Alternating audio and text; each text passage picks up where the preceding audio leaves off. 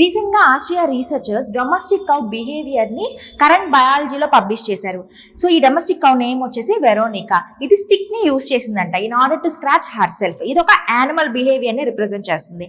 ఇలాంటి క్వశ్చన్స్ యూపీఎస్సీలో రిపీటెడ్గా అడుగుతూ ఉన్నారు యానిమల్ బిహేవియర్స్ గురించి. రిమైనింగ్ యానిమల్స్ యొక్క బిహేవియర్స్ ఏంటో చూద్దాం.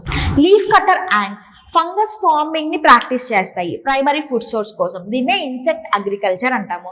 సో ఈ క్వశ్చన్ ఆల్రెడీ యూపీఎస్సీలో అడిగారు. Next honey bees waggle dance ని యూజ్ చేస్తాయి in order to communicate direction and distance of food sources. Orangutans ఇది కూడా రీసెంట్ గానే అడిగారు. ఇది టూల్ యూజ్ ని ఎగ్జిబిట్ చేస్తుంది. లైక్ ఒక స్టిక్ ని యూజ్ చేసి ఇన్సెక్ట్స్ ని కానీ సీడ్స్ ని కానీ అటాక్ చేస్తుంది అనమాట ఒక చెట్టు త్వరలో పెట్టేసి. సో ఇది ఒరంగుటాన్స్ యూజ్ చేసే యానిమల్ బిహేవియర్. డాల్ఫిన్స్ ఏం చేస్తాయి, ఫుడ్ ని నావిగేట్ చేసేటప్పుడు మెరైన్ స్పాంజ్ ని యూజ్ చేస్తుంది. ఎందుకంటే స్నౌట్స్ ఉంటుంది కదా, నోస్ ఉంటుంది కదా, ఆ నోస్ డ్యామేజ్ అవ్వకుండా ఉండడానికి మెరైన్ స్పాంజెస్ ని యూజ్ చేస్తాయి డాల్ఫిన్స్ అనేవి. ఆక్టోపస్ ఏం చేస్తుందంటే కోకోనట్ షెల్స్ ని కలెక్ట్ చేసుకొని ఒక షెల్టర్ లాగా ఫామ్ చేసుకుంటుంది.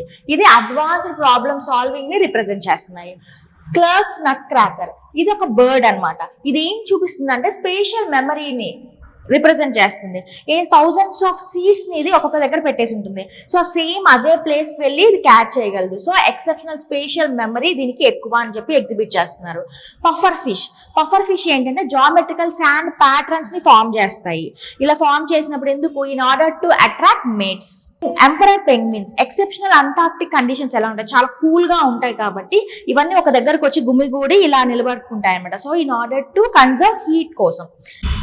ఎలిఫెంట్స్ అనేవి సోషల్ బిహేవియర్ ని రిప్రజెంట్ చేస్తాయి. లైక్ ఒక ఎలిఫెంట్ చనిపోయినప్పుడు అన్ని ఎలిఫెంట్స్ కూడా గ్రూప్ గా ఫామ్ చేసి అరుస్తాయి. క్లీనర్ ఫిష్ వచ్చేసి లార్జర్ ఫిష్ లో ఉన్న పారాసైట్స్ ని మొత్తం ఇది తింటుంది. సో ఇది మ్యూచువలిజం ని రిప్రజెంట్ చేస్తుంది. లైక్ ఒకరికొకరు హెల్ప్ చేసుకోవడాన్ని రిప్రజెంట్ చేస్తుంది. క్రోస్ ఏంటంటే ట్రాఫిక్ సిగ్నల్స్ ని యూజ్ చేస్తాయి. లైక్ రెడ్ సిగ్నల్ పడినప్పుడు ఆ సీడ్స్ ఆర్ నట్స్ ని తీసుకొచ్చి అక్కడ పడేస్తాయి. మళ్ళీ గ్రీన్ సిగ్నల్ పడగానే వెహికల్స్ అనేది దాని మీద వెళ్తాయి కాబట్టి ఆ నట్ అనేది క్రాక్ అయ్యి సీడ్ బయటకు వస్తుంది. మళ్ళీ రెడ్ సిగ్నల్ పడగానే ఈ క్రోస్ వచ్చి తింటాయి అనమాట. ఇది ప్రాబ్లమ్ సాల్వింగ్ ని ఎగ్జిబిట్ చేస్తుంది. Next dung beetles. సో ఇది సెలెస్టియల్ క్యూస్ ని ఫామ్ చేస్తాయి. దీని ద్వారా నావిగేట్ చేసుకుంటూ వెళ్తాయి అనమాట. లైక్ మిల్కీ వేలో ఎలా అయితే స్టార్స్ ఫామ్ అయి ఉంటాయో అలాగా. సో ఇవన్నీ కూడా డిఫరెంట్ యానిమల్ బిహేవియర్స్. వీటిలో నుంచి ఏదైనా ఒక క్వశ్చన్ అడిగే ఛాన్సెస్ ఉన్నాయి.